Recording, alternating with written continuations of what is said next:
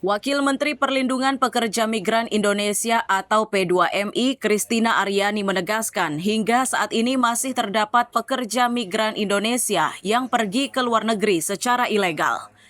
Kondisi tersebut ditegaskan dalam kunjungannya ke Nunukan, Kalimantan Utara, Selasa siang. Untuk mengatasi persoalan tersebut, Christina meminta semua sektor bekerja sama untuk melindungi para pekerja. Salah satunya yakni mengingatkan kepada calon pekerja agar menaati aturan yang berlaku.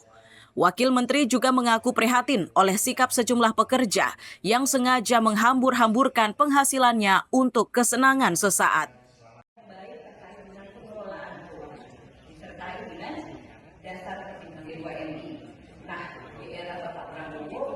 Memang saya sejak dulu ingin datang ke Nunukan ya untuk melihat langsung kalau katanya Pak Wakil Bupati itu belanja masalah katanya, karena Nunukan ini kan menjadi pintu perlintasan bagi pekerja migran yang akan berangkat ke Malaysia.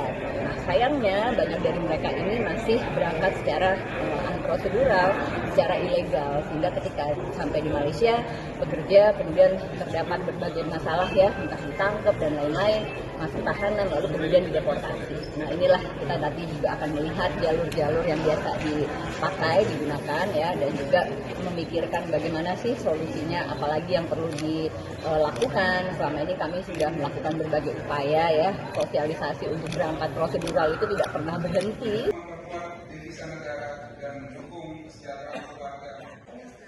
Agar para migran tidak terjebak modus kejahatan perbankan internasional, pemerintah juga melibatkan pihak Bank Indonesia. Langkah yang dilakukan yakni dengan memberi pelatihan teknik pengelolaan keuangan serta teknik menghindari dari pelaku kejahatan perbankan. Pemahaman tentang modus-modus kejahatan perbankan itu, ya modus-modusnya saja. Oh, kalau misalkan nanti ada WA ataupun telepon yang tidak dikenal, perilakunya seperti ini, pasti ini modusnya penipuan. Dan sejak saat itu mereka itu tahu paham bahwa tidak perlu dilanjutkan dan diabaikan saja. Nah itu penting supaya tidak banyak masyarakat kita yang tertipu. Mungkin itu peran kita melengkapi pelatihan yang dilakukan oleh BP3MI yang lain, seperti tadi disampaikan Ibu Wamen, prosedur legal kalau kita berangkat ke luar negeri, kemudian juga sosialisasi bagaimana kita anti narkoba. Itu ada beberapa kegiatan lain yang kita padukan bersama dengan Bank Indonesia. Dari berbagai upaya yang telah dilakukan, Kementerian Perlindungan Pekerja Migran Indonesia berharap tidak ada lagi pekerja migran Indonesia yang dideportasi akibat masuk ke negara lain secara ilegal.